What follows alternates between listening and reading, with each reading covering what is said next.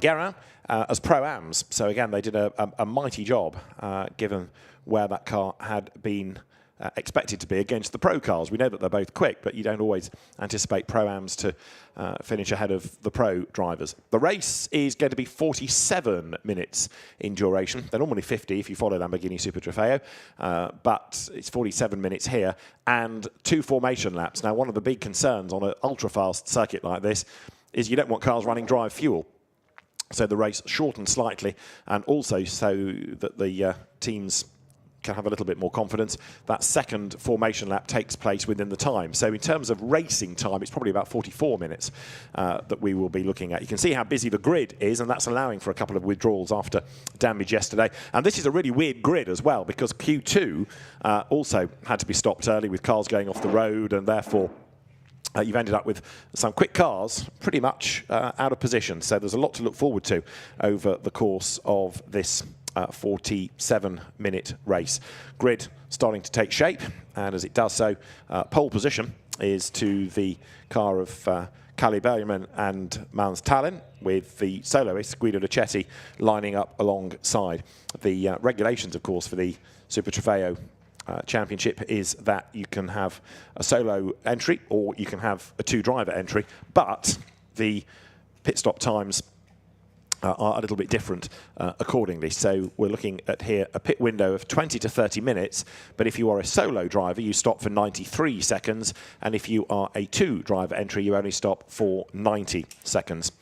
So Kalle Bergman and Mans Tallinn on pole position, and down on the grid around that car is Dakota Jane. Mons, obviously a great qualifying from Kalle yesterday. It's boiling hot on the grid. What do you think about the Temple of Speed? It's your first time here. How's it going to go today? It's absolutely fantastic to be here and feel all the adrenaline and energy with all the people on the grid. Of course, it's a very different track. It's high speed. The top average speed is over 180. So very fun to be here, but yeah. And can you explain to the viewers actually what it's like sitting in the car? Because obviously it's boiling hot today. Obviously you're from a cold country, so what's that like for you? Are you able to deal with the heat? Well, I try to keep focus as much as possible. Of course, it's very difficult to keep the momentum and just believe in the tires and get the tires up to temperature for my teammates, of course. But yeah, it feels good. Good luck today. Thank you. Thank you. So Mans Tallinn, one to watch in that Leipert motorsport car that he shares with Kalle Bergman, who will start from pole position, and Guido Luchetti's Target Racing entry with him at the front of the grid. Very, very busy grid, as you can see, with lots of guests, lots of team members, lots of Lamborghini dignitaries down there. The championship, as ever, divided into the 4 classes. You've got the battles in Pro and Pro-Am. Also factor into this the Am and Lamborghini Cup battles as well. In Pro, championship leaders currently are Enzo Guaracci and József Knop, who had another class win yesterday. Jerzy Spinkovics is second, and Patrick Fraboni and Giacomo Pedrini are third. In Pro-Am, Georgi Dimitrov and Stefan Guerin, 100% record, are ahead. Let's go back to the grid, join Dakota with Pablo Schum. Pablo, the guys in front of you are not feeling that confident. What's going to happen straight into turn 1? Yeah, like yesterday, it was quite good start for me. Took 1 position, but then in the end made a silly mistake in the race. So today the most important thing is to stay clean and don't make mistakes. So I think starting position is really good. So I want to push, but don't over push the car. So because tires are getting really hot. What would you say is the best place to overtake here in the Super Trofeo car? So you can overtake before the last corner or before the turn 1. It's quite good. But other than that, you just have to be calm. Good luck. Thank you. Pablo Schum, who's moved to Super Trofeo from the ADAC GT Masters Championship last year, drove a Engstler-prepared Audi in that championship. And after a slightly frustrating Paul Ricard, where he had to share a car, he's a soloist this weekend, but a spin yesterday did not help life for him. So third on the grid, one to watch, Pablo Schum, learning all the time. It's great to see these young drivers coming into Super Trofeo, very much now a career stepping stone category for young GT racers. Yeah, okay, you can come here as an AM and have great fun and have a quick co-driver and race in Pro-Am and get some good results, but it is very definitely a championship now looked at by young aspiring GT drivers. They can attract factory attention and hopefully carve a career accordingly. Somebody that's been around this Lamborghini block for many, many years is Milos Pavlovic, and he's on the grid once again in conversation with Dakota. Milos, now we're obviously seeing a lot of very good Pro-Am pairings. You've been training your driver. What's that been like? Is it frustrating? Obviously, you're starting on Pro-Am pole today. Fantastic start. How is it going to go when your teammate takes over? Well, I hope to have a clean race, to give him a car which goes straight and is in perfect conditions. And then we will see. You know, Alessio is learning, making progress every day. We have to have patience, but he's doing incredibly well on some occasions, and he's struggling a bit when there is a lot of cars around him. But eventually he will get there. You know, it's a process. Can be sometimes a little frustrating, but it's all part of the job, so can't complain. It's all good. And you're no stranger to Super Trofeo. This year, what's the competition been like so far? Well, Super Trofeo is an amazing category, you know, 40 cars and different categories from Lambo Cup to Pro, so it's amazing. I love this championship. The car is so fun to drive, and it's amazing to be part of this. And obviously I can see on your helmet, Matthias, let's wave to him. This is Milos' son. We'll be cheering you on. Good luck. Milos Pavlovic then, ready to go. He was winning Italian Formula 3 championships back in 2002, so he knows Monza, and has won in the World Series Lights Championship as well. In 2004, he was European Lamborghini Super Trofeo champion a decade back, so like I say, he's been around this paddock a long time.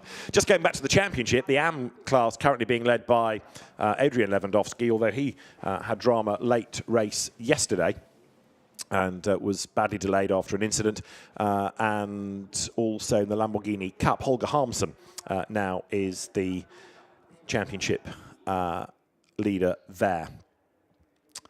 So looking down onto the grid, the Italian flags, of course, at the front. Now the grid is starting to be cleared at the 1 minute board. The last engineers will fire up the engines. They'll make their way off the circuit as well. And then we're going to be ready to go. Karim Ogier had a tough day yesterday, having been involved in an accident on track. Ended up being excluded from the results of the race anyway, but a separate incident. But Karim Ogier lost, therefore, his Lamborghini Cup championship lead. And we shall see the battles across the 4 classes very shortly once we get underway.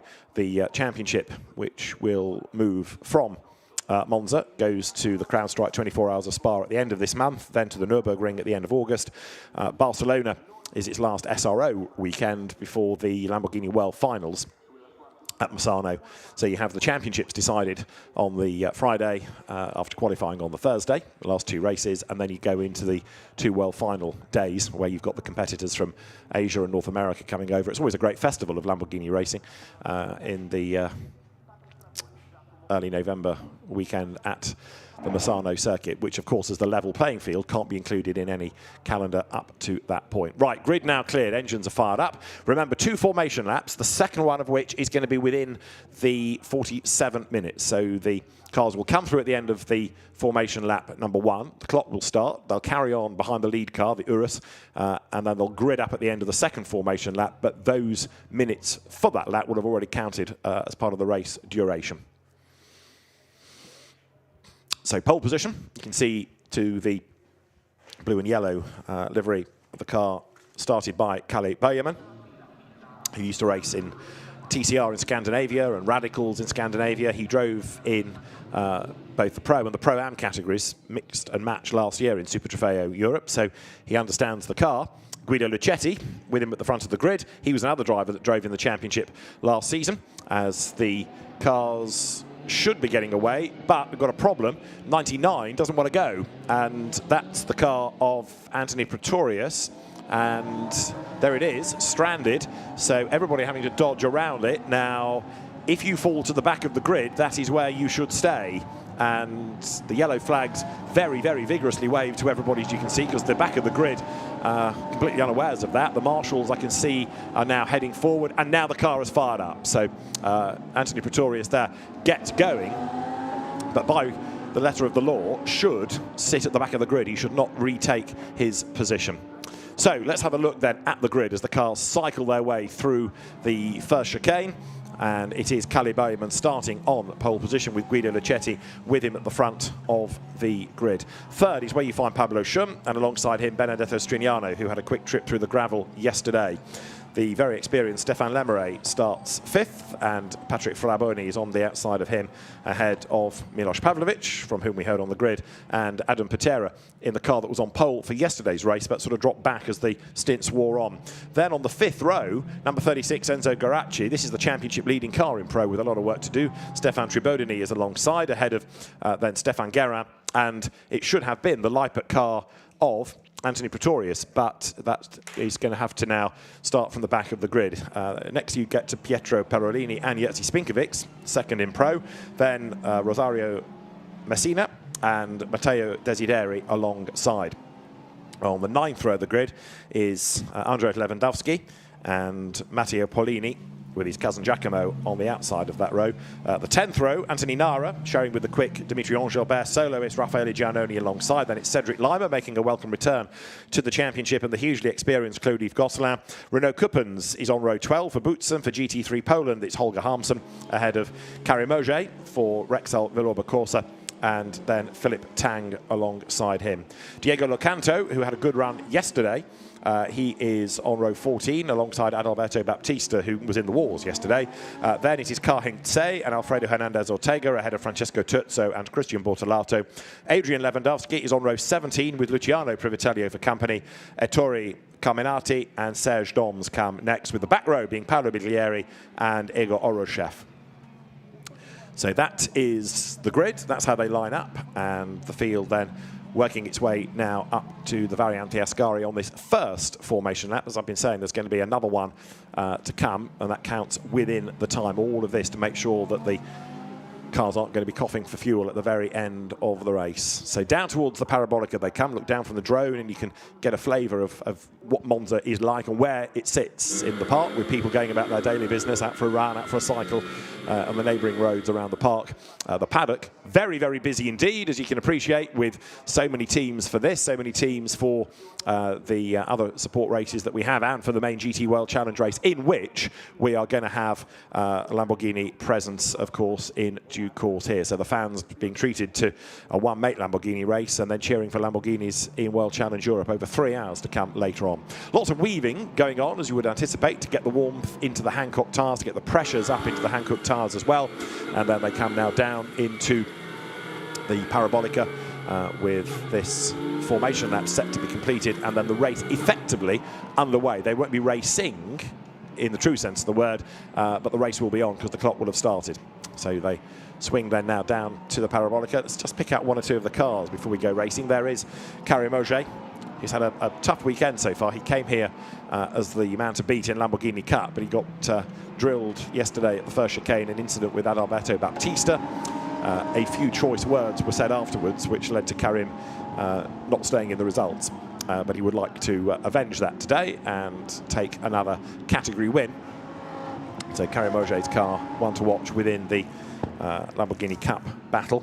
In the races at Paul Ricard, the honours in Pro went the way in the first race of Patrick Fabroni and Giacomo Pedrini, in the second Enzo Garacci and Josef Knop, and they again were victorious in the class yesterday. Pro-Am has been really rather straightforward because that is where Georgi Dimitrov and Stefan Guerin have just kept on winning. So they've got 3 out of 3.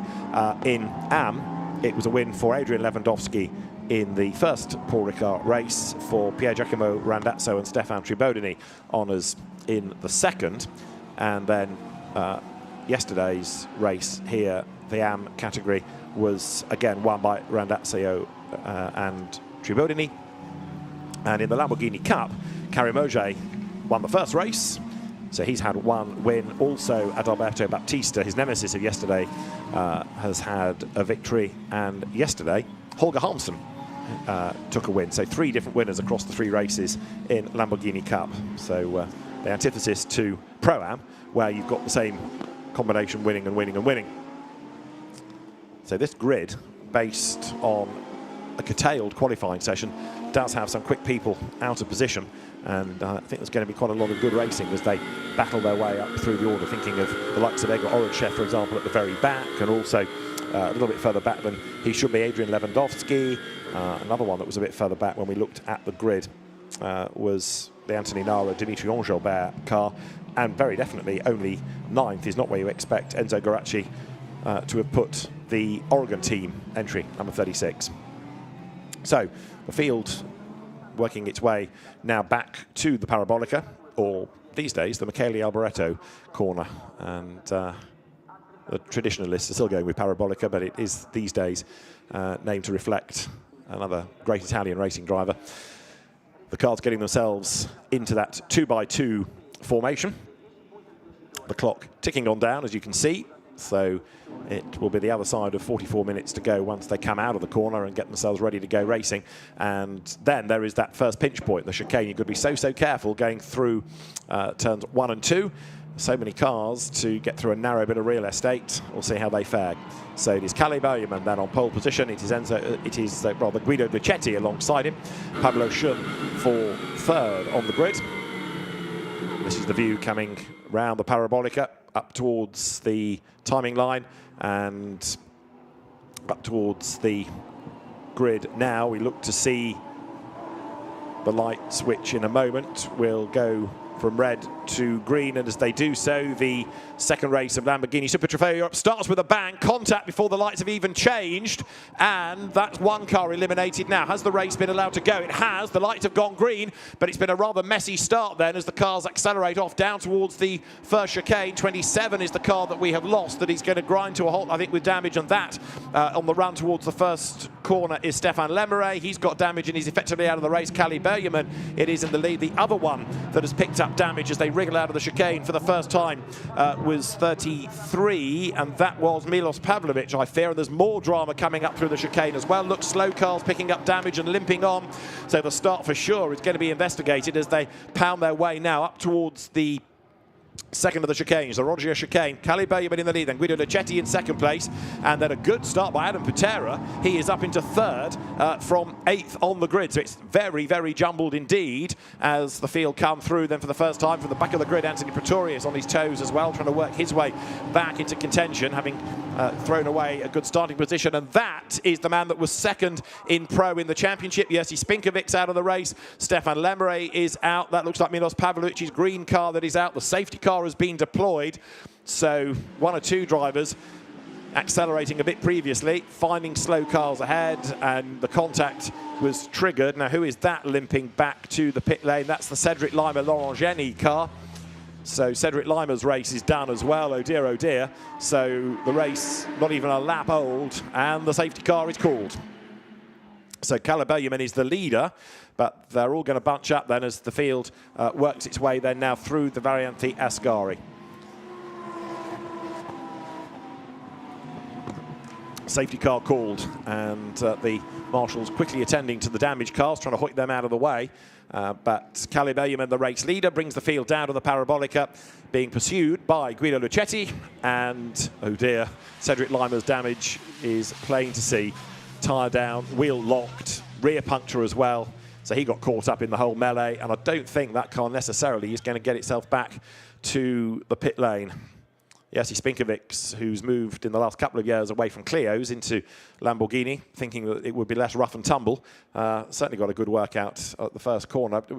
Interesting to see a replay of the start again and see how he got embroiled in it, because the first drama, which involved Pavlovic, was a little bit further back, unless he got collected in the back by Milos Pavlovic, and that's what did the damage for Spinkovic's car, which there you can see at the chicane. He's being moved out of harm's way.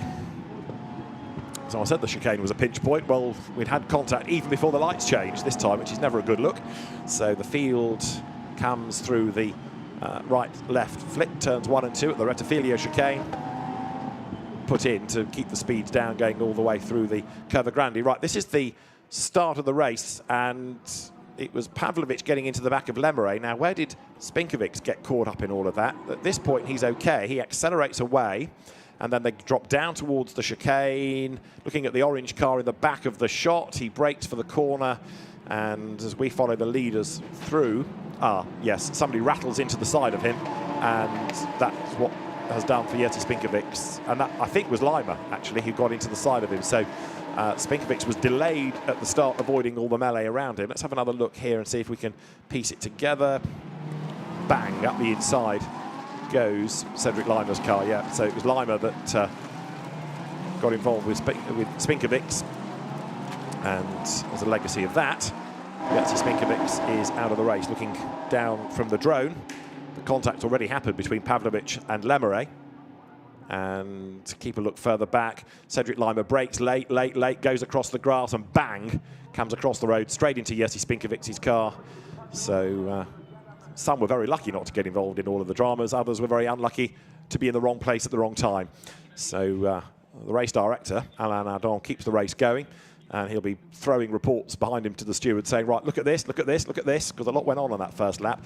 But Milos Pavlovic, certainly for accelerating before the lights had gone to green, is under investigation.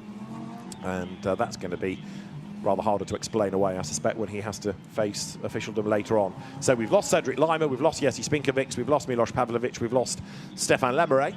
Real shame for all of them. Stefan Lemire particularly, the very, very quick Belgian driver, class winner in the Asia Le Mans series, for example, in the winter months, and great enthusiast, loves his racing, Stefan Lemire.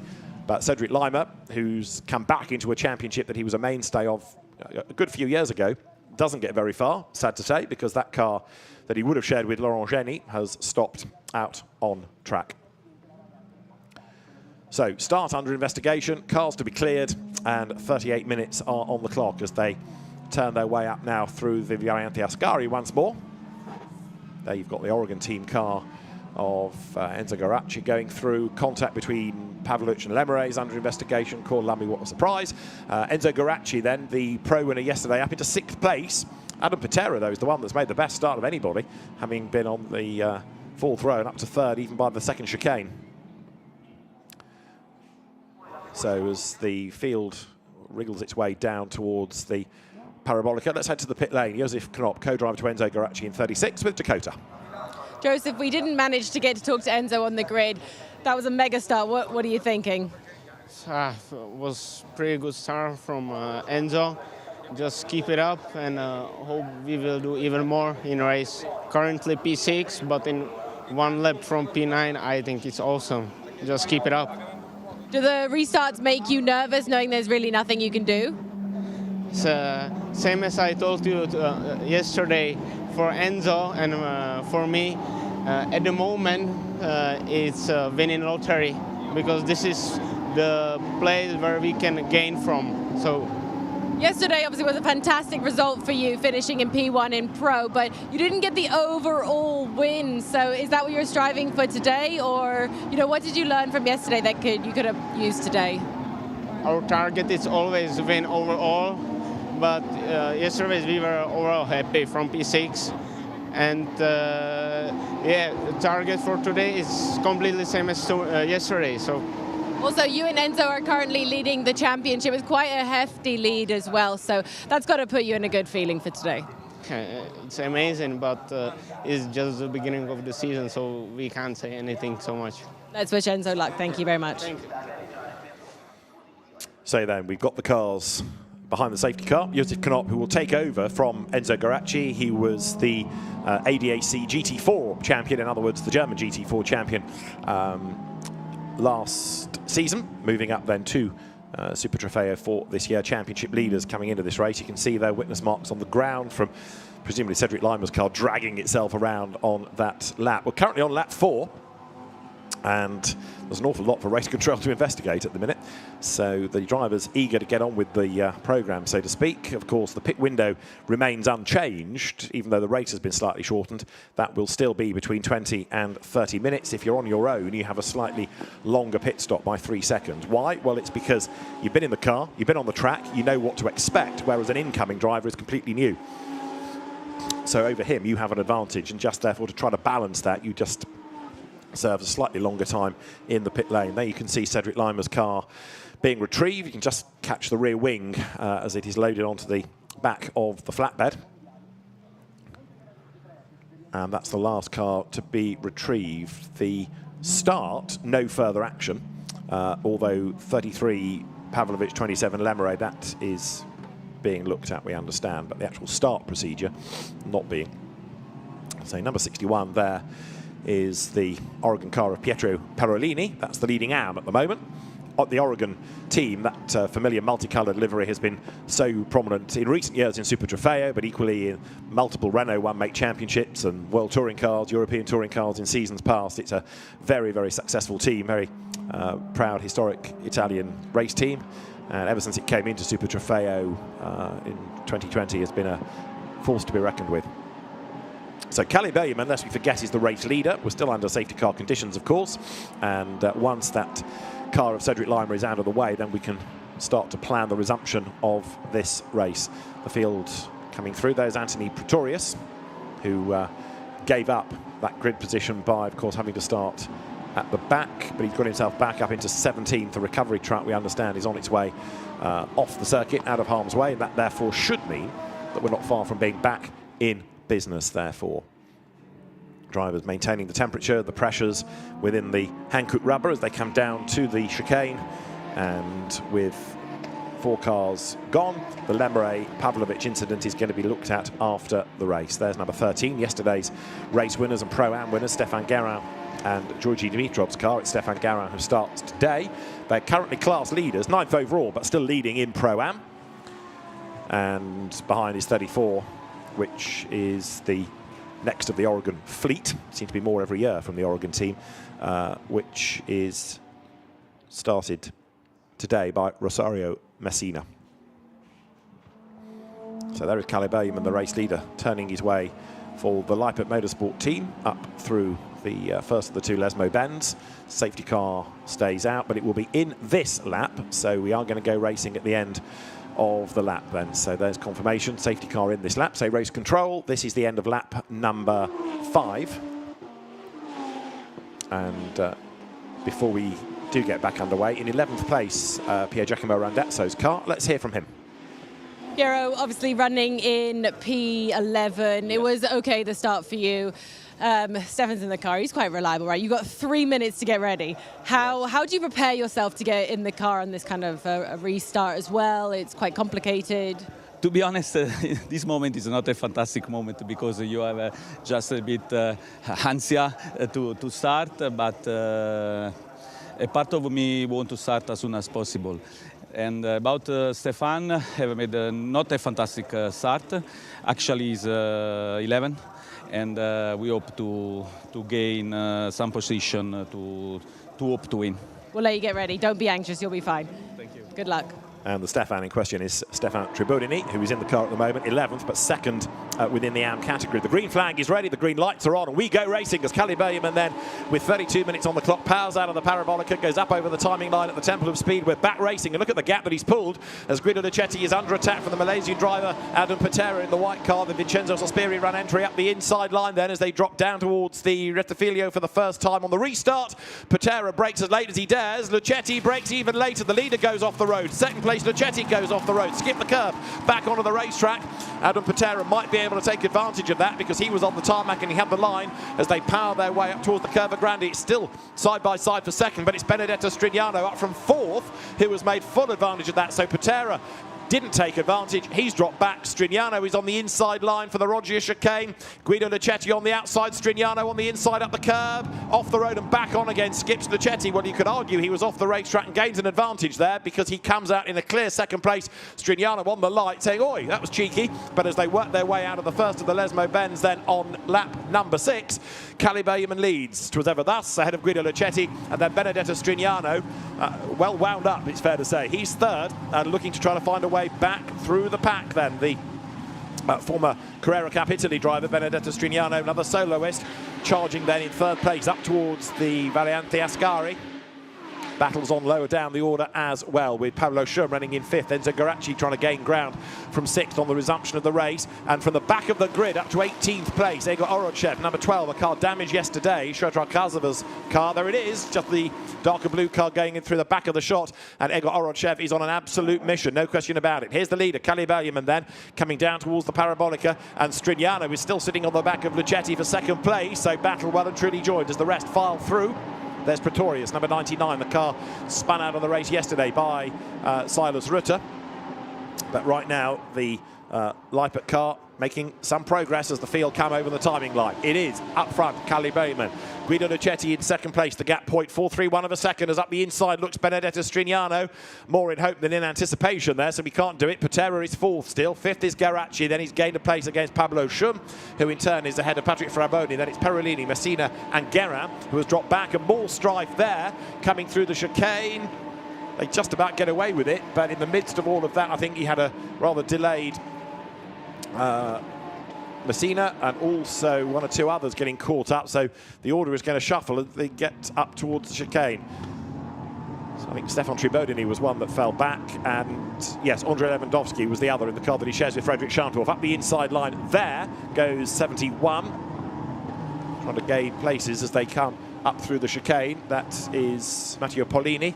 And to the inside line, also being very brave, Egor Orodchev wriggling his way up past Renaud Kuppen. So Orodchev taking a place not only overall but in class away from Kuppens there.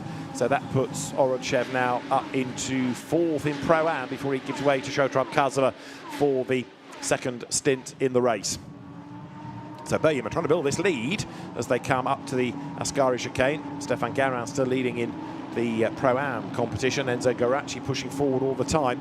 And Benedetto Strignano dropping off the back a little bit, this time of Luchetti, who takes a much different line up towards the Parabolica, tries to make sure he can't give a toe to anybody behind him. There is Patera 4th, Garacci 5th. In 6th place now, it is Pablo Schum. In 7th place, Patrick Fraboni, winner at Paul Ricard. In 8th place behind him, Pietro Perolini, who is still the leading AM as the leaders outright come across the timing line. We're getting closer to that pit window. An incident has been noted between Renaud Kuppens in number 2 and 99 Anthony Pretorius as well, who's up into 13th place now, making amends for his stall on the grid, although of course Silas Rutter is his co-driver, not totally in the clear, so to speak, because he spun the car out of the race yesterday. There is Pretorius just skipping up the curb in the grey-blue livery. The rest of the field out of the chicane, back onto the power from the Rettifilio as further up the road. They're going through. Number 66 is Stefan Tribodini, getting onto the back of Pietro Perolini now for honours in AM. So Perolini's Oregon car coming into the chicane. It's for 9th on the road, but it's also for a class lead, this, in AM. So Perolini versus Tribodini. Pietro Perolini for the Oregon team, hard at work in number 61. He shares that car with Massimo Ciglia, who is very rapid indeed. So that ought to be still in contention the other side of the pit stops, as should Pier Giacomo Randazzo and Stefan Tribodini's VSR entry. So good fight this should carry on for the remaining 27 minutes of the race. So they've got the AM order, Petrolini from Tribodini from then Adrian Lewandowski. His dad is in a Pro-Am entry because he's got Frederick Schandorf as a quick co-driver. Pit window is now open. So pit window opens up as 66 Tribodini gets sideways coming out of the chicane, controls that moment, but you've got to be so careful not to launch yourself off the curb. It unsettles the car completely. He does catch it, but scary moment. Race leaders up towards the completion then of lap 8, and now we'll see whether any of the teams, if they've got their slower driver in first, elect to bail. Yes, I think possibly 1 or 2 cars do come to the pits. They do. Got one of the VSR entries then. Is that Patera to give way to Paul Levet? It is indeed.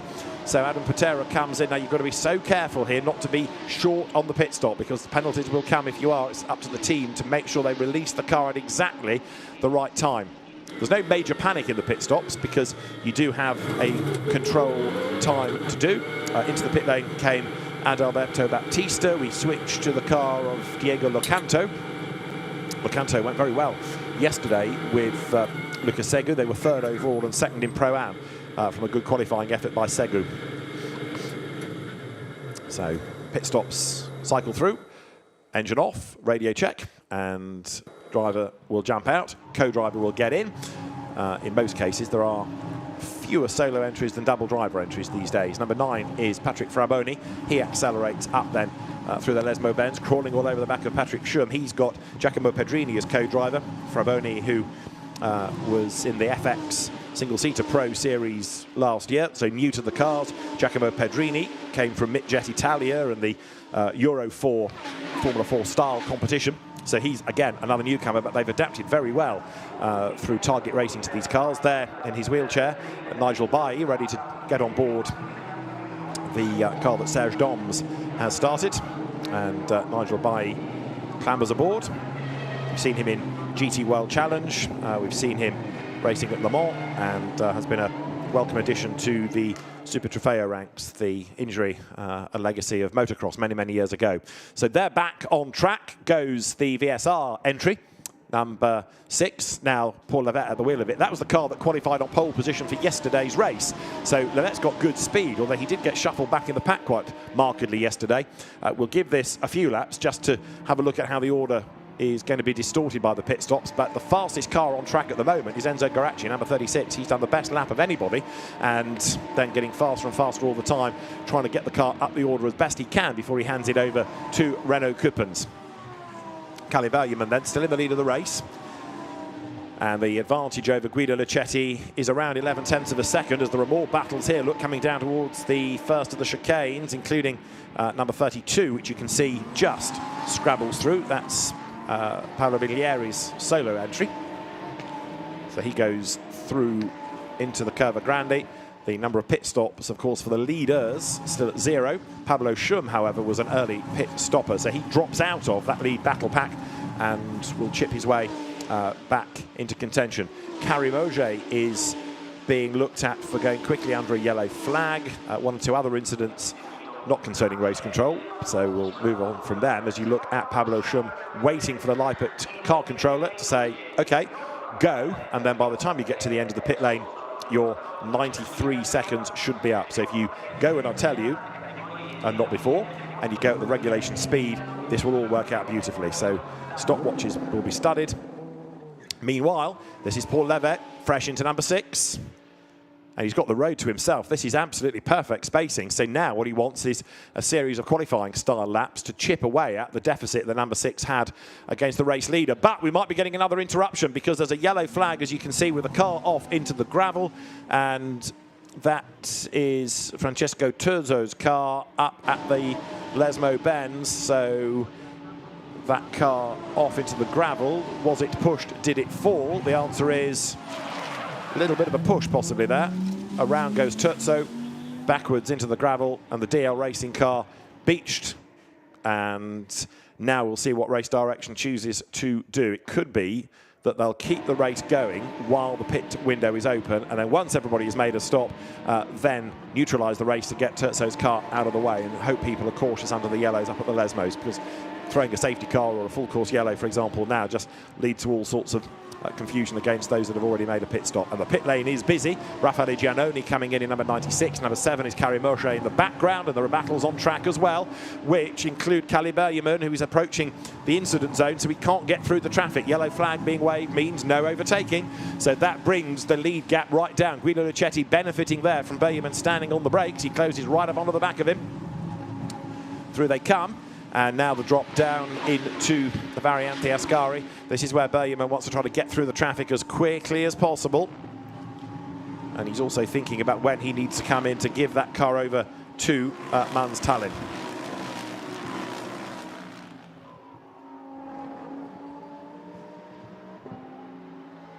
So the yellow flag remains out on track. Bergerman, Luchetti and Strignano, the top 3, and then Garacci 4th. So there they all are, pretty much in a line now.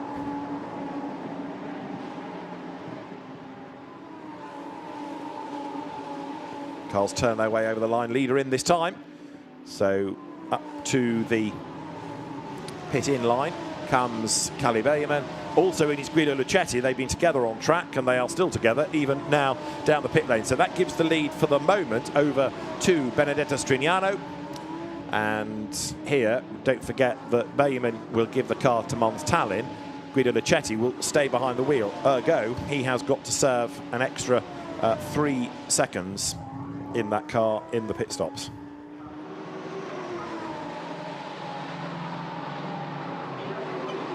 So there you can see a frustrated Francesco Terzo out of the car, has a look to see if there is any damage. Was there a whack in the back?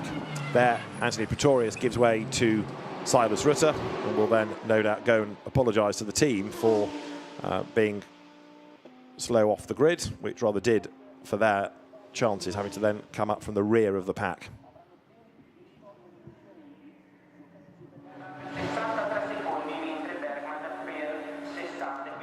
So there, the BSR entry comes through again.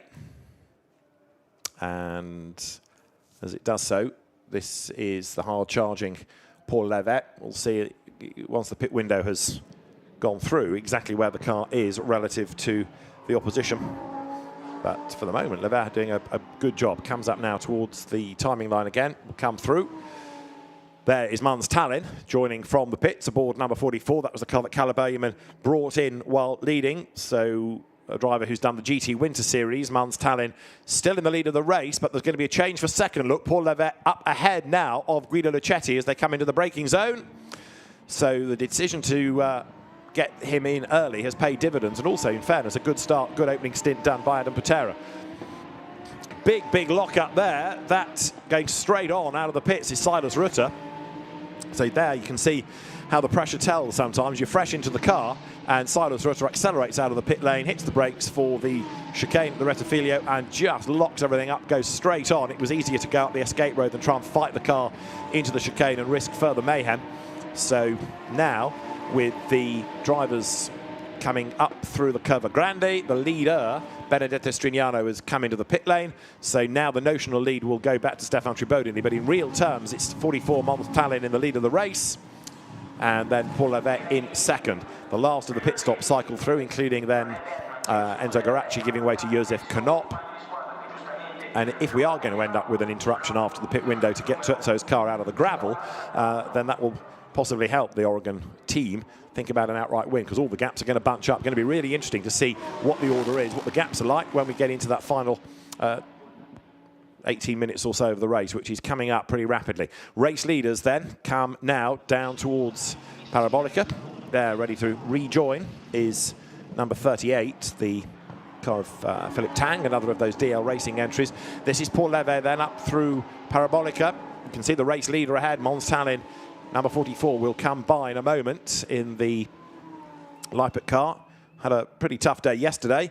There is Enzo Garacci out of the pit lane, but he's not yet up to speed. So Enzo Garacci's car, Josef Knopp, now at the wheel of it, is going to slot in third place. So it will still be Tallinn, then ahead of Levet, ahead of Knopp. And in fourth place, it is Strignano, who therefore on the pit stops has jumped ahead of Guido Luchetti.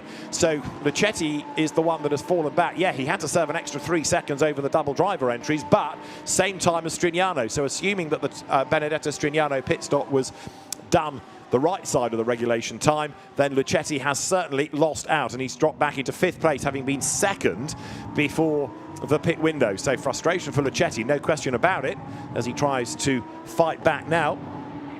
Guido Luchetti, there's another car in strife. Is that 68, which was good yesterday? The car stranded at the end of the pit lane. It is now going to be Andrea Fontana at the wheel, taking over from Matteo Desideri, but it's got a problem and has ground to a halt then at pit exit. The marshals are pushing it back out of harm's way. So then the pit window, I think, now closed. Let us see whether or not that car sitting in the gravel is going to be kept there, or if it needs the race to be interrupted to move Francesco Terzo's car. Karim Ogier has been given a 5-second time penalty for an improvement under a yellow flag. And there is the car that Stefan Tribodini has just given to Pier Giacomo Randazzo. That should rejoin shortly. So it's been a busy period of the race since we got back underway after the safety car. And certainly we're not done yet, with more battles to look forward to. So it is Mons Tallinn in the lead of the race. Here he comes up towards the line, and the blue and yellow car up front being pursued vigorously by Paul Levet. That gap 9/10 of a second. In third place now, Josef Knopp. Fourth, Benedetto Strignano's white, blue, black striped car.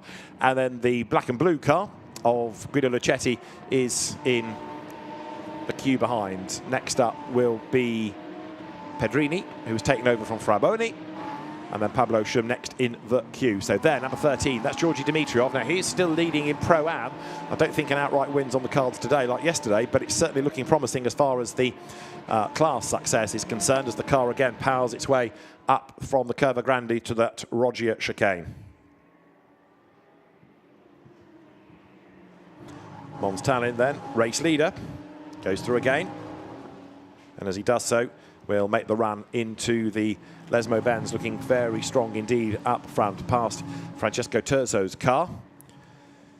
And Mons Tallinn taking over from Kalle Bergman, still trying to build this gap as best he can, as the cars then now come again towards the Variante Ascari with just under 15 minutes of the race to go. Silas Rutter, after his big lockup going into the Rettifilio, is in 14th place now. Class is being led by Georgi Dimitrov, and he's the Pro-Am leader. In Am, Piergiacomo Randazzo is ahead. There's a yellow flag being waved because the safety car is now being deployed. Safety car deployed, and I can only assume this is now that the window is closed. It won't interrupt the flow of the race quite so much. They can get Terzo's car out of the way. So safety car, for the second time of asking, is deployed, and the field is all going to bunch up. The gaps will come right down, and this is going to throw a lifeline to perhaps one or two that were a little bit delayed earlier on. So the field then now comes up through the Parabolica. They'll bunch up behind the safety car. The speed, incidentally, of Paul Levet in the pit lane is being looked at. Now, was that him going out or Adam Patera coming in? Either way, there is an investigation for pit lane speeding about the car in second position. I'll keep you posted if it develops any further. So we've now done 14 laps. It is Mons Tallinn, number 44, in the lead of the race. It is Georgi Dimitrov leading in Pro-Am, Piergiacomo Randazzo leading in Am, and Lamborghini Cup on the road, Karim Ogier, but he's got this 5-second penalty for improving under a yellow flag. So Ogier is one of those that loses out under the safety car because he's got the double problem of having now Adalberto Baptista on his tail, and then on the resumption of the race having to pull out 5 seconds worth of a gap, and not that much race time potentially because it's being eaten into while we have the safety car on track like this.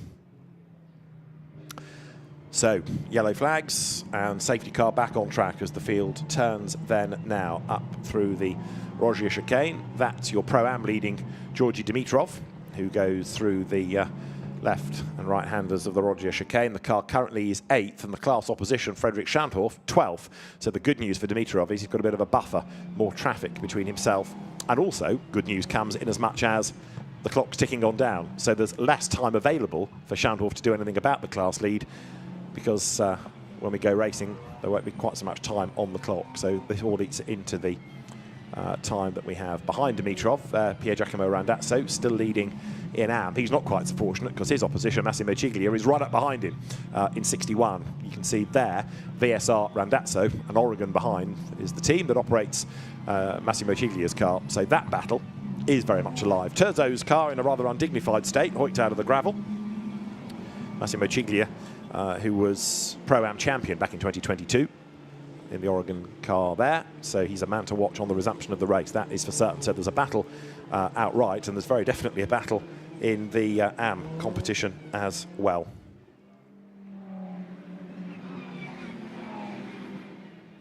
So it's a little bit like the calm before the storm, this, and that is rather bad news because Holger Harmsen, yesterday's Lamborghini Cup winner, is out of the race. He has parked by the side of the road, so Holger Harmsen is out. Let's get back to the pit lane and join Dakota.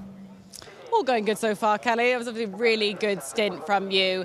Safety car's back on track. What's it going to be like to the end of the race? It's not long left. I think there's about 12 minutes to go. You feeling confident? Yeah, it's safety car out now, and I just hope Mons nails the safety car restart, and I think he will have the pace to keep the car in the front row of the pack.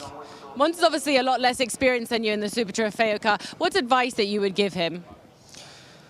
The most important thing is just to keep your head down and don't make any mistakes, and I think he have the pace to actually win the race.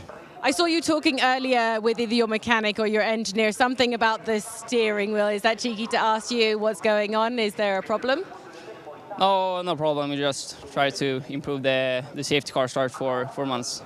Good luck. Thank you. And there, Holger Harmsen out of the car, out of the race. And bear in mind, he was the winner of the Lamborghini Cup class yesterday. That put him into the lead of the championship in the class. So a significant retirement, that. And Holger Harmsen's race has come to an end under the safety car. It doesn't look as though he's been involved in an incident, rather more than it could be something mechanical. But that's just possibly going to extend the safety car period, because they're now needing to remove 2 cars, not just 1. So big disappointment for Holger Harmsen.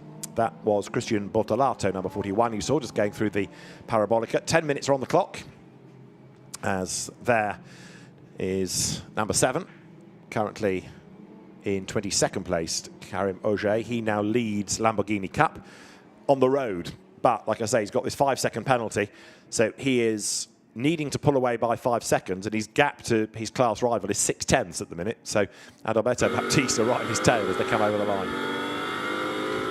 This is Adalberto Baptista's view, going down into the first chicane. This is where he went up the inside to try and get past Karim Auger yesterday, and the two made sizable contact, and it put both of them out of the race. That's partly why Holger Harmsen didn't just take the championship lead, but was able to win the class on track as well. So the track clear. We ought to be looking at the resumption of the race this time. We've got 9 minutes on the clock now, but it'll be a bit less, like probably 8 on the clock when they get back round, if not 7.5. There is Holger Harmsen's car out of harm's way, or Harmsen's way. The GT3 Poland entry, so bittersweet weekend for him.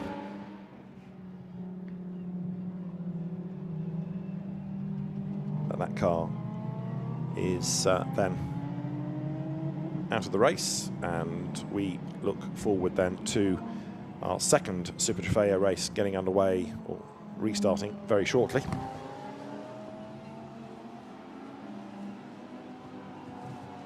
Heading up through the Roger chicane, a lot of weaving going on. Safety car is indeed in this time, so we'll go back racing. And yeah, 7 minutes, 7.5 minutes, something like that to go. Måns Tallin then in the lead of the race. You've been hearing about how inexperienced he is relative to his co-driver. He came out of the Renault Junior Cup in Sweden, did Måns Tallin, before he went into the Ginetta GT5 Swedish Championship, drove in the Swedish Electric Touring Car Series that didn't last terribly long, and got his first taste of real GT racing in the Winter Series at the start of this year. So did that to try to get up to speed, and the Leipert Motorsport squad operating that car for him. Right, safety car then will peel in. Måns Tallin slows the pack right down, looking to try to steal that march over Paul Levet. He's got to be careful here. You can see the nose rising and falling. That means he's accelerating and braking, and that you should not do. Once you commit to accelerate, you should keep accelerating. You don't have to floor the throttle, but going and slowing is not approved of. We've seen people get penalties in categories in the past. So Måns Tallin might get looked at. Comes up now towards the green flag. We're back racing then, so Måns Tallin leads the way. Paul Levet in second place. In third, not a great restart from Josef Knopp, and he in turn has got Benedetto Strignano right up behind him. There they are, nose to tail over the timing line, heading in towards the Rettifilio. Up the inside line looks Paul Levet, but he can't get through there because they just ate the room. To the outside line he goes. Tallin brakes as late as he can, but Levet tries to get the inside line for the second part of the chicane, which he does, and he gets the lead, and Strignano tries to get up alongside Måns Tallin as well. So big disappointment for Kalle Bergman watching all of this from the pit lane, because his car led. It's now second, it might be third, although there Tallin gets out his elbows and squeezes Strignano to the outside line. Josef Knopp tries to make it 3 abreast coming out of the Curva Grande. Then look, the Oregon car looking very rapid indeed. Guido Luchetti is on the outside. Tallin tries to retake second, but he's all up the curve, and there's contact. Strignano goes around, Tallin goes around. Mayhem in the background as cars scatter. There was a bit more contact as well. Pablo Schum, I think, is the one in the gravel. So more drama. Yellow flags out at the Roger chicane. And that has now absolutely gifted Paul Levet a massive gap. It is Pablo Schum who was the one in the gravel. He's picked up damage, he's picked up stones as well, and his car limps on. What is it about safety cars breeding safety cars? Well, they all bunched up. It was hard racing, but I'm afraid that Pablo Schum was in the wrong place at the wrong time as the cars collided and got sideways ahead of him. There's also a pit stop under investigation, quickly to mention, for Georgi Dimitrov and Stefan Guerin, our Pro-Am leaders, yesterday's outright race winners, being looked at for their pit stop time. More news when it breaks, as we've got now just under 5 minutes 45 seconds to go. Yellow flags are out all around the circuit, it seems now, and Paul Levert has scarpered up the road, so number 6 getting away very handily on this restart lap from everybody else. And there in strife, number 34 coming down to the parabolic and getting it all wrong. That's another of the Oregon team cars, and we've got a 1 second time penalty for the Dimitrov-Guerin car for being short on the pit stop. So as you were looking at Rosario Messina's Oregon car running out wide, we've got cars now parked in a few awkward places around Monza, and there might be a bit of clearing up still to be done. As right now, Paul Levert leads by 3.3 seconds. He has certainly made good his escape while they were all tripping over themselves behind him. They're still getting it wrong at the Rettifilio. Look, many of them skipping over the curb and up the escape road. Number 5 there, which is Adrian Lewandowski, likewise trying to get himself out of trouble. There, number 99 is Silas Rutte around the outside, gaining ground. So Rutte up a place, and out of all of the drama, Pablo Schum's car has stopped coming out of the turn 7 Lesmo corner. Shozrab Kazova, number 12, stays on the tarmac. Hugo Back does not. Number 2, he goes up the escape road, will rejoin. So there are track limit dramas, there are damaged cars, there are cars parked around the circuit, and there are some penalties in the system as well. How are we doing in the Lamborghini Cup? Ogier is 1.4 seconds up the road from Baptista, not enough to secure him that class win. So right now, Paul Levert, in his second season of racing in this championship, is the race leader. Adalberto Baptista presses on. That's Karim Ogier ahead. He's got to stay within 5 seconds of him to inherit the class win. Easier said than done, in fairness, because Karim Ogier is quick, hugely experienced, going back to Formula Parma Audi days. He's raced in the European Le Mans Series equivalents. He's raced in the GT World Challenge Europe and in one-make GT races like Lamborghini Super Trofeo. So Karim Ogier, good character and a very experienced, very quick driver, trying to build that gap over Adalberto Baptista for Lamborghini Cup honours. Baptista, the Brazilian, going after Karim Ogier, the Saudi driver. So Paul Levert, fastest lap of the race. He is in charge. Guido Luchetti now 3.4 seconds back. In third place, it's Josef Knopp. In fourth is Georgi Dimitrov. Fifth is now aboard number 9, the Paul Ricard winner car, Giacomo Pedrini. And behind him is Frederick Schandorf. Another pair go toe-to-toe all the way down towards the Rettifilio, with on the outside line, very, very late on the brakes. They're getting it all wrong in the end, and a spin. That is the car of Philip Tang. So Tang was fighting for his place. He braked as late as he possibly could. Too late, couldn't slow the car down. Around it has looped, and now he tries to rejoin. Another yellow flag comes out as you look there at number 71 going through, which is the entry from the Paulini family, run by Giacomo Race. And it is Giacomo Paulini at the wheel of it, and then way, way off through the gravel goes Giacomo Paulini into the Lesmo Benz, very nearly getting to the tyre barrier. Now he's going to try and drop it down a gear, keep momentum and dig himself out the other side. Yellow flags flutter. Paulini does, in fairness to him, get through the gravel and back on track, but a big, big moment for him. And a very dirty, dusty car with scruffy tyres plunges back down the order. It was 15th before he went exploring the outer extremities of Monza, and now Paulini's in 26th, 27th, 28th, 29th place, tumbling down the pack. 2 minutes to go. What else has the race got in store for us? Right now, Paul Levert leading in Pro, Georgi Dimitrov in Pro-Am, Pier Giacomo Randazzo is still ahead of Massimo Ciglia in Am, and in Lamborghini Cup, Karim Ogier. Now, Baptista had a drama on that lap because there are suddenly 2 cars between Ogier and Baptista, and that might give Karim Ogier enough of an advantage. We'll see in a moment when the gaps all stabilise coming over the line. We have got 1 minute and 23 seconds on the clock. Paul Levert lapping in the 1 minute 46s right now. And so as the pack dives down towards the chicane, more contact. That was Raffaele Giannone up the inside. It didn't work. And Paolo Biglieri is tapped into a spin. That will get notified to the stewards. They'll have another look at that. Right, Karim Ogier is 9/10 up on Pellegrini, who is 4/10 up on Strignano, who's 2.4 seconds up on Baptista. It's not enough for Karim Moget, but the margin is extending. Strignano in 20th, remember, having got involved in that drama coming out of the Roggia chicane when he got a bit embroiled with Luchetti and Knopp and one or two others. But Paul Levet is clear of all of the dramas. Here he comes through the chicane once more, accelerating his way down towards the Parabolica. The other car that was delayed in that drama was Mons Tallinn, and he is in 26th place. This is the replay of Giannone getting up on the inside of Biglieri. It wasn't really a gap, and you can see the net result in super slow-mo. Round goes Biglieri, and Giannone tries to escape the scene.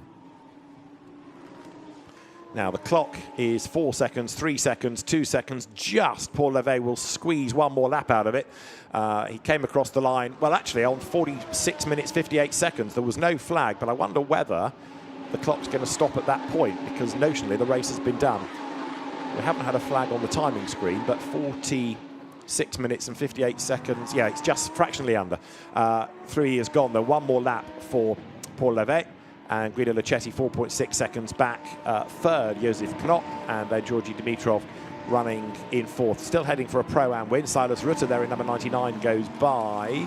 And he is in 9th spot overall as it kicks off again between Hugo Back, number 2, and in 72 is Luca Segu, who eventually gets himself back on the tarmac behind Shotram Kazava. So Segu, who was really good yesterday in the race, finished third. Tougher day today. The qualifying of his co-driver Diego Locanto, putting them in mid-pack and therefore harder work to do. But Paul Levet has driven a brilliant stint, being able to get ahead of Mons Tallinn on the resumption of the race and powering clear of the opposition as they come then towards the Lesmo Benz for the last time. Guido Luchetti on for second place. There, number 3 is the car of Frederick Schandorf in 6th place. He's taken over from Andrei Lewandowski, chasing after Georgi Dimitrov, who's got a 1 second time penalty, but he's going to be secure. Is Dimitrov ahead of Pedrini into the Ascari chicane. Goes Frederick Schandorf. Looking further back, Pier Giacomo Randazzo is still ahead in AM, and a change for second there. Adrian Lewandowski has got himself ahead of Massimo Ciglia, but it's going to be a first win in Lamborghini Super Trofeo for Paul Levet and for Adam Patera. Up towards the timing line then comes the VSR entry, and Paul Levet and Adam Patera are going to win race 4 of the championship as he gets right up to the checkered flag coming over the line. Paul Levet is a race winner in the 4th race of the season in Super Trofeo Europe. Guido Luchetti takes second place. Josef Knopp not able to do much about Luchetti in his stint, finishing third. Georgi Dimitrov in the background, 4th to win Pro-Am ahead of Pedrini. And then Schandorf, in fact, Frederick Schandorf just getting ahead on the line to take 5th now. Georgi Dimitrov to Frederick Schandorf, 3 seconds. He's okay. So Dimitrov and Guerin are secure for the class win. The rest of the pack come through behind. We're looking at Pier Giacomo Randazzo as an AM victor potentially. He is secure there.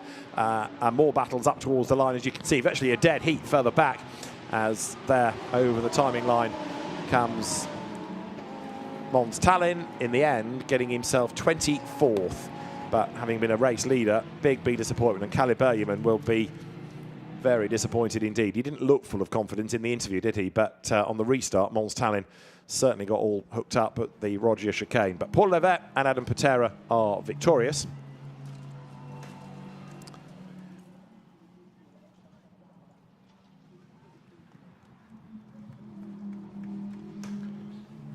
You've got the race winners, Paul Levet and Adam Patera for Vincenzo Sospiri Racing. And Adam Patera learning about some new circuits this year. If you're wondering why the drivers are taking that bizarre line and putting wheels on the grass, it's to get some pickup onto the tyres, which helps with the weight. It helps with the ride height as well for post-race scrutineering. Marshall's full of applause. This is what happened on that resumption. Strignano and Tallinn together. Mons Tallinn up the curb, bounced into Strignano. They both got sideways. Luchetti lucky to scrabble round, and Pablo Schum was clipped. That's what damaged his car, put him out of the race, and you could see how much time was lost by both Strignano and Mons Tallinn before they were able to get going. That's why Tallinn ended up way back in 24th, and Strignano was in 16th. So the cars that are required for the podium will be waved through. Those that are not required will be waved back into the paddock. So as far as the pro class is concerned. Paul Levet, Adam Patera, the winners from Guido Luchetti, and then third, Josef Knop and Enzo Garacci. Georgi Dimitrov and Stefan Guerin, winners of Pro-Am from Frederick Schandorf and Andrei Lewandowski. Third in Pro-Am, Dimitri Angilbert and Anthony Nara, who were a little bit subdued today by their standards. Pier Giacomo Randazzo and Stefan Tribodini win Am from Massimo Ciglia and his co-driver Pietro Perolini. Third in Pro-Am provisionally, Raffaele Giannoni, but he's under investigation for that incident with Paolo Biglieri. And in the Lamborghini Cup, Karim Auger okay to win that as far as the timing screen would illustrate from Adalberto Baptista and Claude-Yves Gosselin. There was one car between Auger and Baptista. I'm not convinced yet, that has been updated, and I think it's marginal as to whether Karim Auger keeps that class win. So we'll keep an eye on that. The penalties are being applied now on the timing screen, and gaps change accordingly. But as Adam Patera greets Paul Levet out of the car, gets a very, very happy Paul Levet, his first victory. Yesterday they got shuffled back in the queue. Today they have powered forward. So a job very well done indeed, and two happy drivers. So the provisional results of race 2, a win for Paul Levet and Adam Patera, the French-Malaysian combination, ahead of Guido Luchetti, the Italian, clear of Enzo Garacci and Josef Knop. Stefan Guerin and Georgi Dimitrov, fourth from Andrei Lewandowski and Frederick Schandorf, fourth and fifth overall, first and second in Pro-Am. Sixth, Patrick Fabroni and Giacomo Pedrini, ahead of the car of Rosario Messina and Gustav Wisniewski. Eighth for Anthony Nara and Dimitri Angilbert. Ninth after a back of the grid start and a trip up the escape road, Theodor Rutter and Anthony Pretorius, with 10th Renaud Kuppens and Hugo Back. 13th Joam victors, Pier Giacomo Randazzo and Stefan Tribodini. And 18th is the provisional Lamborghini Cup winner, Karim Auger. So Paul Levet and Adam Patera come out on top. The winning margin 5 seconds. A job well done. Quite a lot for race control to look at. Quite a few non-finishers as well. But Paul Levet, Adam Patera, the winners, and they're with Dakota. Adam, a massive congratulations. First win in Super Trofeo. How good does that feel? Oh, it feels so good, so good. With no free practice on Friday. And now we start P8 in race 2 and we won the race. So happy. I gained 5th place in one corner, so the task was easier for me, but yeah, a lot of battles on track. We had a lot of fun. I think the car was fantastic, absolutely fantastic. Even in the last lap in the second team that was lapping almost my fast lap. So yeah, massive job from the team that remounted the engine. Amazing. Were you feeling the pressure at the end? The last 10 minutes were super eventful. No, not even the pressure. I saw in the mirrors I was creating the gap and the car was so good. I was feeling so amazing in that. So nothing could have stopped us from winning this one. Congratulations, guys. A massive, massive, well, good work. Go get your trophy and see how good that feels. So very happy Paul Levet. Adam Patera looking a bit shell-shocked after that, but he's come out on top. 9th yesterday. The point Adam Patera made about not getting any real free practice time was they had a engine drama on Friday that meant that the team had a lot of work to do with an engine change. So that all done successfully, but it did eat into the available time for the drivers over the course of Friday. So they came in a little bit on the back foot, but a win making up for 9th place yesterday. And also with the dramas for Jerzy Spinkovic at the very start of the race, that's going to help them for points in the championship as well. That super slow-mo shot then of the winning car. Vincenzo Sospiri's team coming out on top, and also coming out on top in Am because the car of Pier Giacomo Randazzo and Stefan Tribodini is also a car out of the VSR stable. Second in Am though, Massimo Ciglia, he's with Dakota. I've chosen this interview. Congratulations, guys, first of all. I've chosen this interview because it's actually a very special day. Massimo, not very long ago, this early hours of this morning, you've had a child. Congratulations, and you're on the podium for Am Super Trofeo Race 2. How does it feel? Much. Tonight, Noah was born at 11 past 1, so I didn't sleep tonight. But I came here to try to win for the newborn. Pietro did an amazing first stint, pushing the car in front of our category. I struggled a lot with Randazzo that put me in the gravel at the Roggia, so I tried to come back, but it's really hard today. But I'm happy You've got to be happy. Yes, You're a new yes, father. yes. Congratulations. Thank you. I mean, were you nervous that he was not going to make it today? Absolutely not, because we were waiting for Noah. So actually we're waiting for Noah in Spa. So now he arrived in Monza as our home race. The team did a mega job, so thank you very much to everybody. Max did super job. No sleep tonight, so thank you very much to everybody. Sleep tonight. Congratulations, guys. Let's head on to the podium. Pietro Perolini doing the opening stint, Massimo Ciglia with his mind on lots of things, bringing the car home, and a fierce fight, as you were hearing, with Pier Giacomo Randazzo. There is the Oregon team entry. So, yeah, second in the AM battle, but a relevant conversation for sure. And how long before Noah Ciglia is a Lamborghini Super Trofeo racer, I wonder. So there is the car in question. Pietro Perolini, Massimo Ciglia taking second place in the class. Former class champion in Pro-Am is Massimo Ciglia, very experienced driver. And it's going to be a car to watch, of course, in the next brace of races around the fabulous circuit at Spa-Francorchamps. The end of the month when we go there for the CrowdStrike 24 Hours of Spa. Massimo Ciglia, who has also done some sim racing, only started in cars as a 37-year-old, but has raced prototypes as well as GT cars. Let us go back to the pit lane and rejoin Dakota. Lots of smiles down here in Parc Fermé. Stefan, congratulations first. I was just talking to Massimo and Pietro. They were really struggling, fighting against you guys. Is it a good feeling to be back on the podium? Yeah, really, really nice feeling, because it was a hard battle, because at the beginning with the crash in front of me just before the start, I was a bit blocked and I didn't see the green, and I thought it would be stay red, but finally it was green, so I have to fight to avoid a bit the debris also on the track. So I was quite maybe lose 2, 3, 4 positions at the beginning, and I was P2 or P3 AM. So I have to fight a lot to come back on Perolini, and we fight really maybe 15 minutes hard, really hard. It was really, really fast. I was surprised. It was really fast. I was really pushing a lot, but finally I could be on his back and push him a bit to make a mistake at the Parabolica, and I can overtake it. So I was happy. And I don't remember, I think I make a second overtake on the first arm. So good job, really happy about the car. So thanks a lot to VSR, because the car is mega this weekend. Thanks to Piero, because he come back with the car in one piece in first position. It was not easy for him after the restart.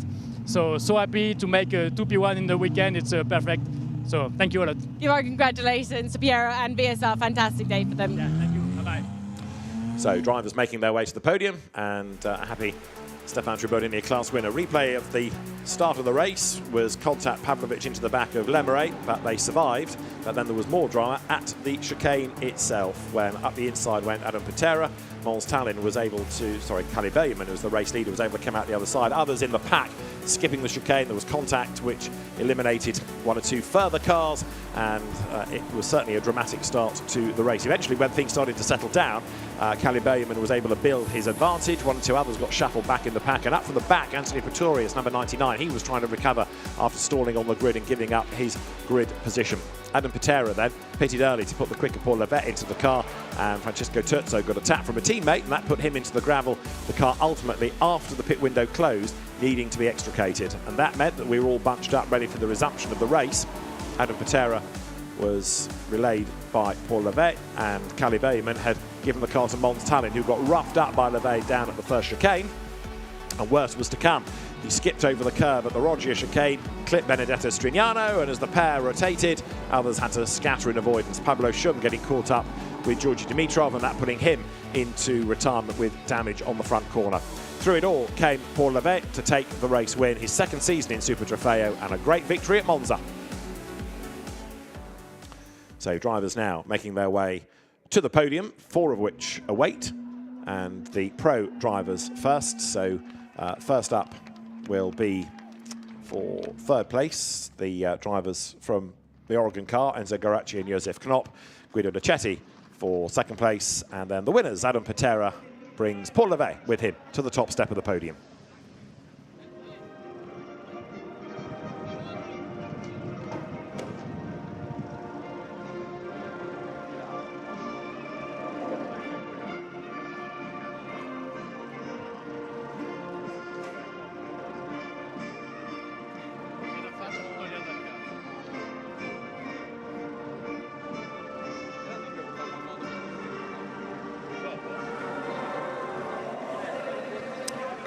So for the Italian VSR team, congratulations to the winning drivers, Adam Patera and his co-driver Paul Leve. Maurizio Lesciutia from Lamborghini Squadra Corsa steps forward with the trophies. Another great season for Super Trofeo with lots of good racing, good grids, good battles all the way through the field, and the Lamborghini Young Driver Programme continuing to find stars of the future. So as the drivers celebrate atop the podium, next stop for Lamborghini Super Trofeo Europe will be the CrowdStrike 24 Hours of Spa, another great venue, some great circuits that this championship gets to, and the drivers then receiving the trophies. And there'll be plenty of discussion, I'm sure, about some of the antics pooled. The stewards have got quite a lot to look at. So everybody huddled together then on the podium, photographs taken, and the Super Trofeo Pro class drivers in celebration. In Pro-Am, another win for VSR, sorry, for Georgi Dimitrov, I should say, and Stefan Garat. In Am, another win for VSR. And in Lamborghini Cup, Karim Ogier for Vioba Course taking honours there. Champagne to be sprayed, happy drivers atop the Monza podium, and also down in the pit lane, one or two rather frustrated drivers. But as far as the Pro Championship is concerned, that third place keeps Josef Knopp and Enzo Garacci ahead in the championship from Patrick Fraboni and Giacomo Pedrini, who had a quiet weekend but banking points, whereas poor Jerzy Spinkovic didn't finish race 2, so he drops back to third. Guido Cetti is fourth, and that win puts Paul Leve and Adam Patera up into fifth, although they're tied now with soloist Benedetto Strignano. Bad weekend for Pablo Schum, with very few points scored. He is 12th in class, another driver to retire from that second race with damage.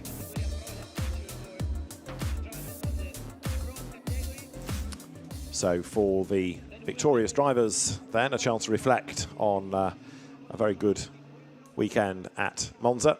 Drivers then making their way off the podium, and in due course the drivers from Pro-Am will step forward, the top step of which will be for Stefan Garat and Georgi Dimitrov. Stefan Tribodini and Pier Giacomo Randazzo will do the honours in Am, and the top step of the Lamborghini Cup podium goes to Karim Ogier. You can see the Oregon team celebrating. Dimitri Angilbert and Anthony Nara step forward for third in Pro-Am. Second in Pro-Am will go to Adrian Lewandowski and Frederick Schandhoff, and the Pro-Am winners will step forward in due course, Georgi Dimitrov and Stefan Garat. And we look forward to more drama from Super Trofeo Europe at the end of the month at Spa.